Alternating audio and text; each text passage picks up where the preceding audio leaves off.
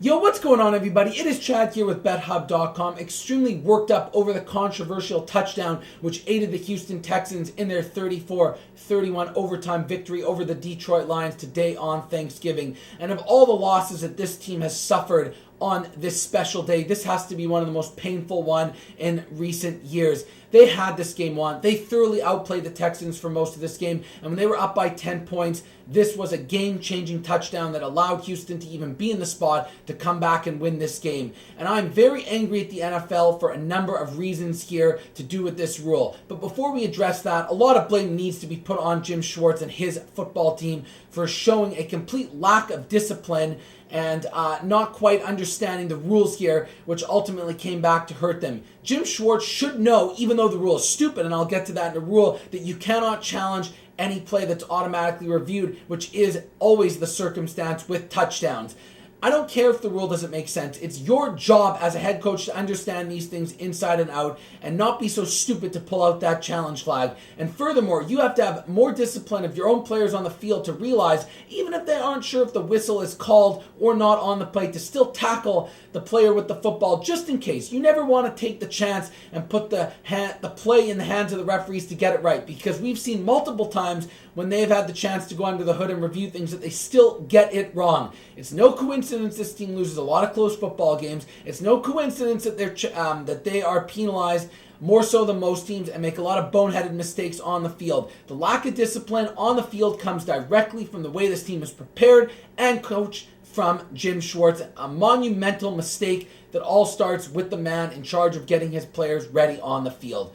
So we ripped him there. But now what I really want to get to is the stupidity of the NFL and this rule in general. First of all, Walt Coleman was an absolute embarrassment today.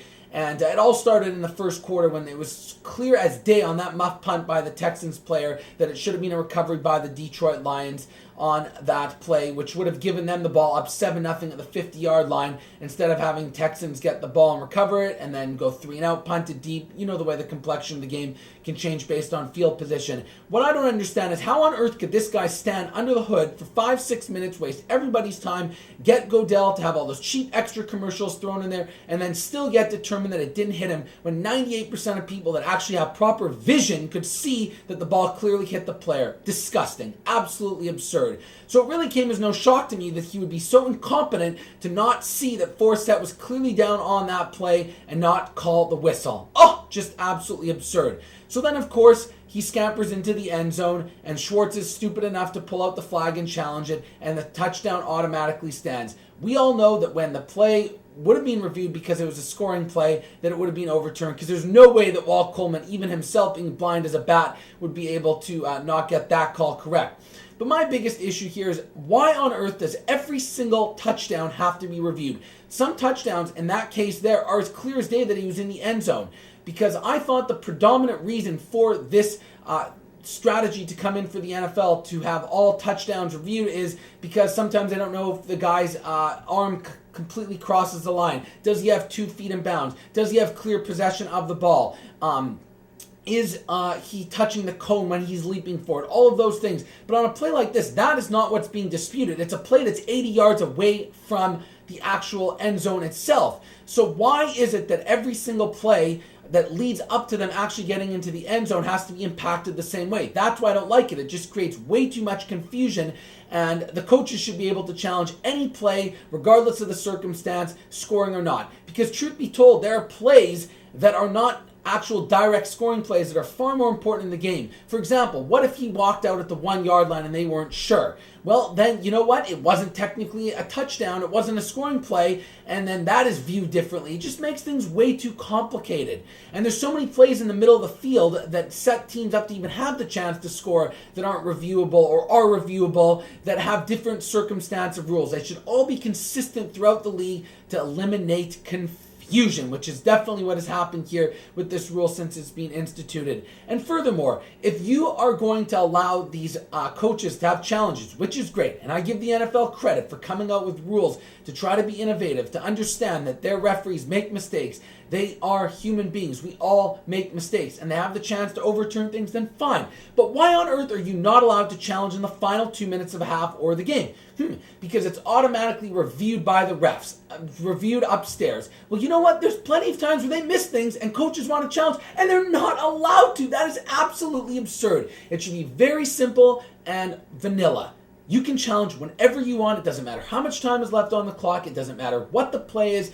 There shouldn't be limitations to when challenges can happen. And last but not least, the part that drives me most nuts is the fact that if you are successful, I believe it's 2 or 3 times with your challenges, you run out of challenges in the game. Why is it that a referee can be so incompetent and do their job wrong, and yet as a coach you're penalized and you can make a mistake later on in the game and you're not allowed to challenge it because you've ran out? To me, that's Goodell having a safety net for his employees, not wanting them to be further exposed when they've already indicated that they've made multiple big-time mistakes earlier in the game. Completely disagree with it. He has his priorities dead wrong here with the way he's handling these referees. They're more concerned about finding Tony Correnti $20,000 to $30,000 for dropping an F-bomb towards one of his linesmen who actually made a huge mistake in that game than they are about actually ensuring that there's accountability with these refs getting the play calls on the field correct. We saw Walt Coleman make several mistakes today. He won't receive a fine. He won't receive a punishment. He won't have an apology to anybody. He'll just continue making his money and reffing his games like nothing ever happened, but yet they want to put the focus on someone who dropped the 4-letter word. They want to have their nice little image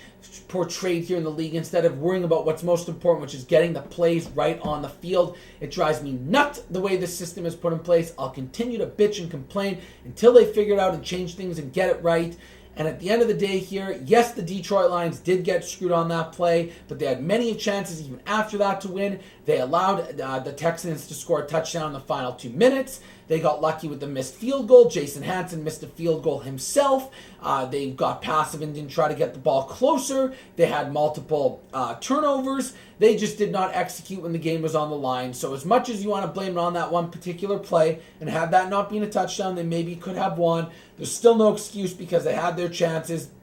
It wasn't like the Green Bay-Seattle game where it was right at the end and Green Bay absolutely got screwed. And you know what? For Detroit, their season is done after this game. They've lost way too many close games down at the end, coming down to the wire here. Jim Schwartz, I believe he's going to get canned at the end of the year. You cannot be an NFL head coach, and no matter how much you don't like the rule, and I'm bitching and complaining about it myself. There's lots of rules and laws I don't agree with, but when you're in that power making that kind of money, it's your job and your duty to know the rules, even if you disagree with them, and use it to the best of your ability and not hinder your own team, which is what he did there. Down go the Lions. The Texans squeak away with another overtime victory and march on to that 10-1 record, who are now having the best record in the NFL with a few days off, more so than the other teams playing on Sunday, and they're just in prime time position to get that number 1 seed in the AFC. I know you guys love betting on football. We all do. That's why you should check out the link below, BetHubb.com. If you already have your account, fantastic. If you don't, start one up today. Start proposing your own wagers to your friends. Have a little bit of trash talk. And of course, don't forget to check out our weekly bonuses that we're handing out, some extra cake to put in your account.